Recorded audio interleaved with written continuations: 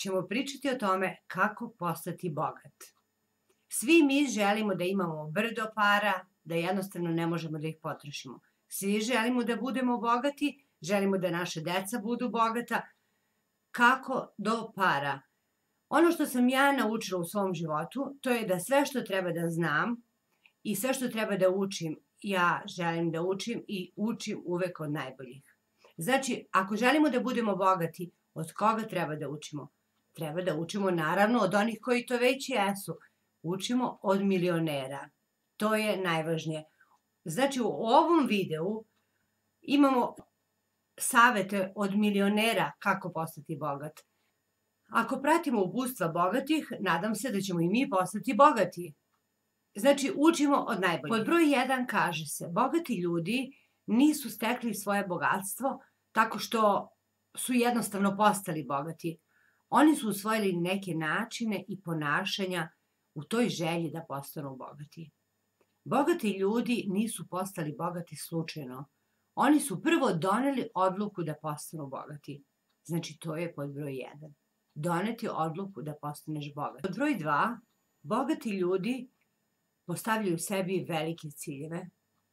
Oni postavljaju ciljeve za koje možete da kažete da su nedostižni i oni sami, ako ne veruju to, mogu da misle da su nedostižni. Međutim, pošto su svi ciljevi dostižni, to mi znamo, znači bogati ljudi prvo postave cilj koji je nedostižan, znači ogromne ciljeve. U međuvremenu oni rade sve drugo, bave se svim drugim poslovima, međutim, njima je non stop to u glavi razmišljanje o tome i taj cilj imaju zacrtan da misle na to kako postati bogat. Ljudi koji donesu odluku da budu bogati i oni koji su već bogati, njih nikada ne možete da vidite da besciljno lutaju, da gledaju TV, da su na internetu. Ljudi koji žele da budu bogati, oni vredno rade, cene vreme svoje i tuđe. S obzirom da mnogo rade i mnogo misle, oni nemaju vremena za gubljenje. Jedan od problema ljudi koji ne postaju bogati, a u stvari da bismo postali bogati moramo da to rešimo, je da ljudi koji zarađuju, koliko god da zarađuju, sve to potroše. I sve što više zarađuju, onda sve više troše. Suština bogatih ljudi je ostaviti 10% od zarade svakog meseca na stranu. I nikada ne se čekati kraj meseca pa ostaviti. Ostaviti 10% na početku meseca, a 90% trošiti celog meseca. Znači, bogati ljudi odvajaju 10% od svojih prihoda, koliko god da je to, na početku meseca. I to ostavljaju na stranu i to je štednja i to se ne dira. Bogati ljudi, bilo da su bogatstvo stekli ili da su bogatstvo nasledili, oni mnogo rade.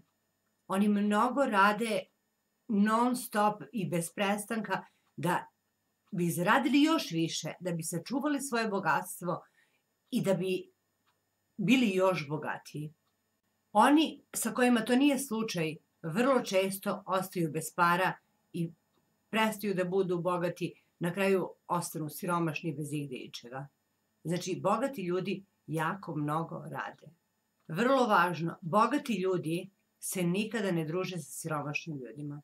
Bogati ljudi se druže samo sa bogatim ljudima. Ili sa onima koji će to već postati, koji imaju neki imetak. Znači, ako želite da budete bogati, družite se sa bogatim. To je toliko logično, to se odnosi na sve stvari, ne samo na bogatstvo. Ako želite da budete dobri, družite se sa dobrim ljudima. Ako ne želite da budete dobri ili bilo što drugo, onda se družite sa tom drugom vrstom ljudi koja jednostavno utiče na vas. Tako da je ovo potpuno logično i tačno. Bogati ljudi se druže sa bogatima, siromašni sa siromašnima. Ako želite da postanete bogati, družite se sa bogatima. Bogati ljudi su vrlo uporni. Oni nikada ne odustaju. Znači, ako postavite svoj cilj, nikada ne odustajte. Samo idite napred i težite tom cilju i znate šta, ne može čovjek svako da bude milioner, jer mi učimo ovog trenutka od milionera, ali na kraju možemo da zaradimo toliko da ne možemo da potrošimo. Znači da možda nismo milioner, ali da imamo koliko nam treba, da naši prihodi se uvećavaju. Zato ako postavite cilj za bilo šta u životu, mislim, ja želim da postavim uvek veliki cilj ispred sebe i da njemu težim. Znači ako želim da postavim cilj da budem bogata, znači želim da postavim cilj da budem milioner.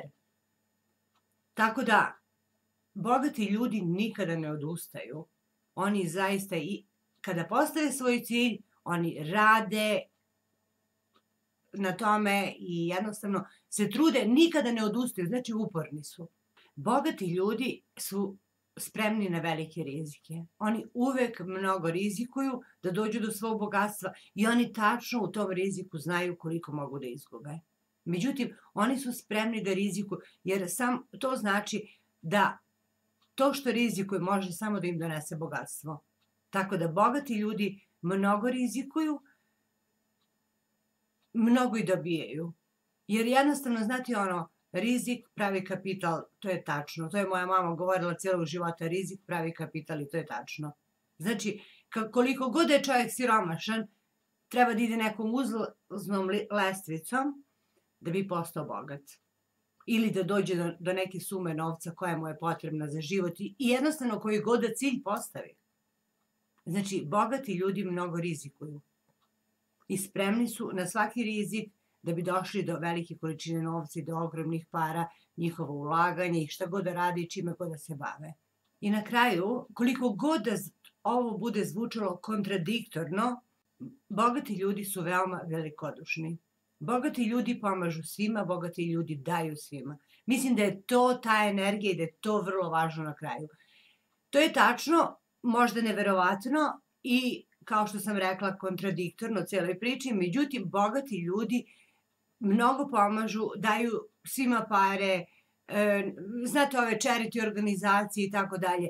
Tako da, bogati ljudi mnogo pomažu i velikodušni su. I ja mislim da je to ta energija koja se kreće, znači daješ nekom, dobijaš, daješ, dobijaš, to. Znate, onaj ko je siromašan, on se stisu od neke pare u svoj džep i ne pušta uopšte da krene. Ta energija se uopšte ne oslobađa, niti ide od njega, niti on može da privuče energiju. Energija je novac, kao što je sve što nas okružuje energija. Tako da, budite velikodušni, dajte nešto malo, ako imate malo u novčaniku, odvojite nešto za nekog pa poklonite. Vidjet ćete kako ćete dobiti 10 puta više. Tako da, na kraju, znači, celog ove priče, ja se nadam da smo nešto naučili od toga kako da postavimo cilj da budemo bogati, do toga kako da rizikujemo u životu da budemo bogati, do toga kako da pomažemo druge ljude i da dajemo. I da budemo velikodušni i da nikada ono što imamo ne čuvamo samo za sebe i stiskamo sve to nešto oko nas, međutim treba da dajemo drugima. I mi ćemo onda dobiti. Novac je moć, novac je energija, novac se kreće svuda oko nas. Znači, da bismo dobili, mora da dajemo. Kada dajemo, mi dobijamo. Eto, toliko od mene i nadam se da ćemo nešto svako od nas usvojiti od bogataša i postati bogati.